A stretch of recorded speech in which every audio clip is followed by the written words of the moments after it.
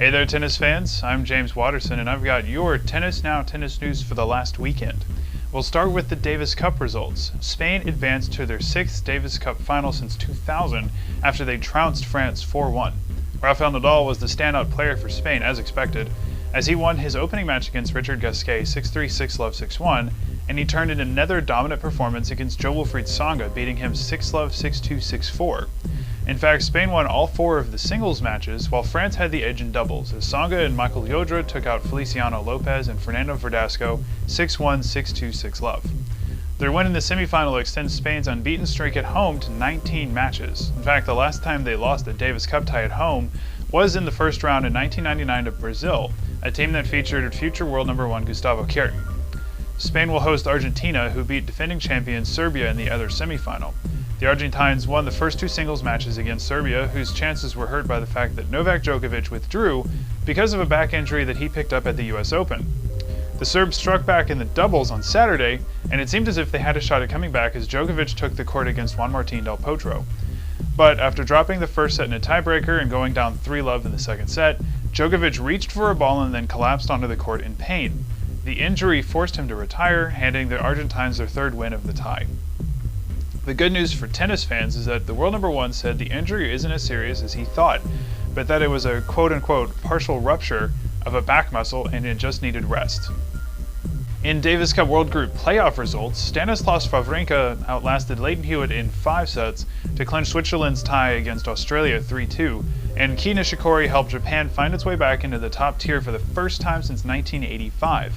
And they are actually kind of a stranger to the top tier, as their best result came in 1921 when they lost in the finals. Austria, Croatia, Canada, Russia, and the Czech Republic joined Japan and Switzerland in the World Group for next year. Meanwhile, Andy Murray helped Great Britain beat Hungary 5-0 to reach the Group 1 stage. Djokovic's injury seems to bolster the argument some of the top players are making about the ITF and ATP schedule.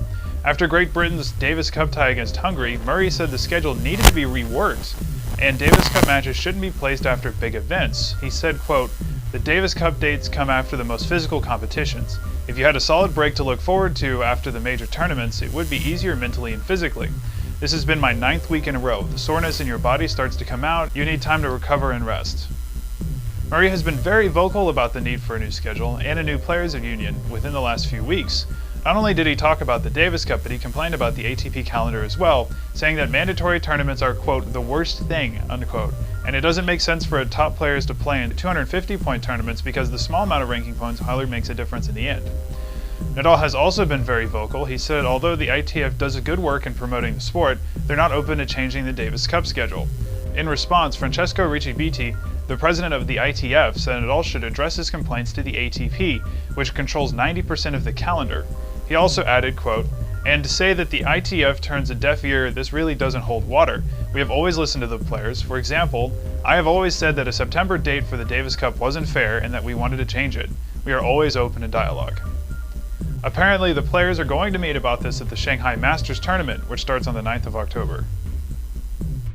Now, we've got 4 tournaments going on this week with some of the top players participating. We've got Jo-Wilfried Tsonga, Richard Gasquet, and Alexander Dolgopolov as the top seeds in the Moselle Open in Metz, France, while Juan Ignacio Chela and Florian Mayer headline the BRD Nastase Teriak Trophy in Bucharest, Romania. Meanwhile, Francesca Schiavone and Marion Bartoli are the top 2 seeds in the Hansel Korea Open in Seoul, South Korea, and Maria Karolinko tops the list at the Guangzhou International Women's Open in China. For news from all of these tournaments, make sure to keep checking our website at www.tennisnow.com. You can also follow us on Twitter and Facebook. We'll throw the links to our social media sites below. As always, thank you for watching and have an excellent week.